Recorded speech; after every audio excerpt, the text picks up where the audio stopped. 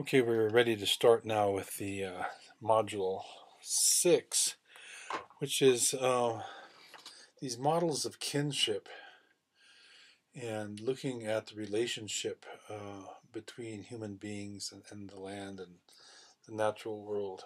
And as we look at this, there was a time when, non-Western, non-scientific ways of describing the world was severely frowned upon.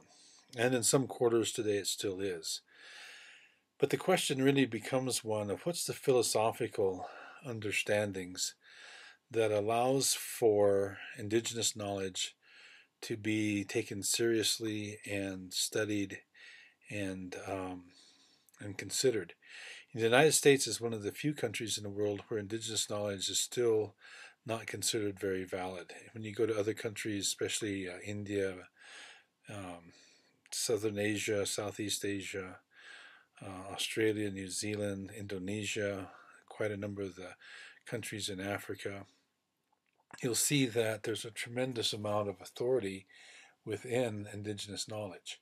But when you come to the United States, there's a bias against indigenous knowledge. It's kind of a subjugated knowledge. It's a knowledge that's subject to the colonial ideas that came across from Western Europe into the United States, and we could also say is to Mexico and Central and South America as well. But there's been some changes, and Dennis Martinez, in his discussion in that article um, in the book about restoring relationship to nature, him and Enrique Salmon both address this issue of taking indigenous knowledge seriously. And Dennis Martinez uses a phrase that I also have here on the PowerPoint image: postmodern deconstructionist window of cultural relativity. And that's a mouthful. A lot of people kind of look at that and say, "Well, what does that mean? What do I care about that? What is, that doesn't really mean a whole lot to me." And one of the challenges that we have is that when we see something that's a little bit out there in terms of how people think and how people look at things, it's real easy to dismiss them and say that they don't have any meaning. But they do have a meaning. They have a very powerful meaning, and that's what today's lecture is going to be about: is taking this phrase and breaking it down into at least 4, maybe 5 parts, or 3 or 4 parts, to understand exactly what this term means, because it means an awful lot in relation to the value of indigenous knowledge. I guess the first place to start is, what is postmodern? And postmodern is kind of a phenomena in Western philosophy. And if we look at the history of the development of the West in terms of not only its history and its cultural evolution, social evolution, political evolution, there's also a philosophical evolution. And that philosophical evolution began back in, really began during the time of the scientific revolution, which started in the 1500s, 1400s, I guess, more appropriately.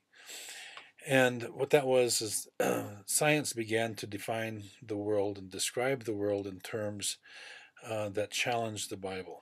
A lot of things in the Bible were found not to be true when looked at scientifically.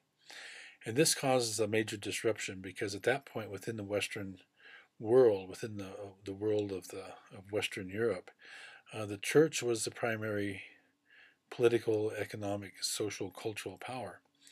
And as science developed, it began to undercut the authority of the church, and we began to have more and more of a focus on science.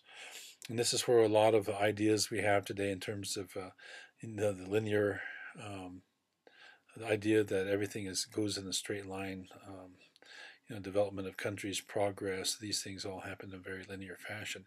That idea came out of that particular period of time, as does a whole lot of other scientific ideas. And then that particular period of the scientific revolution kind of gave way, or I should say perhaps didn't give way, it changed. And we began to, the philosophers began to think in terms of what we call the period of enlightenment, or the era of enlightenment. And this was a period in time where the ideas of science were beginning to be applied to a lot of different things, um, human behavior and just this a whole variety of things, politics, economics, where began to be explained in terms of a scientific method or a scientific way of looking at the world. And it's during this time that we have what we call liberalism, and liberalism that we talk about of the Enlightenment is not the liberalism we have today, where Rush Limbaugh or Glenn Beck or those guys call people liberals. The liberalism they're talking about is the idea, one, that the leadership of a country is chosen by the people through the concept of a social contract. There, it's not hereditary, such as a king giving authority to his son to take over as the king. It doesn't come from the church, where the church would empower a person to be the ruler, but it comes from the people themselves. Another part of that Enlightenment period, there is what we call the creation of the modern state, where a lot of small kingdoms that existed prior to the period of Enlightenment all began to be included in, and through their union, they form the modern states that we have today, like Germany and Austria and Switzerland and England and France and so forth. These two were the very first two sections of what we'd call kind of modern thought since the Renaissance. And these ideas and philosophies were very much part of the colonial project, meaning that all of these countries in Western Europe are going around the globe laying claim to land and resources, and they're creating tremendous amounts of wealth back in their home country, back in the mother country, or the metropole. And this whole period of time, the scientific revolution up through the Enlightenment and the creation of the modern state, is a very, very important part in time of Western civilization.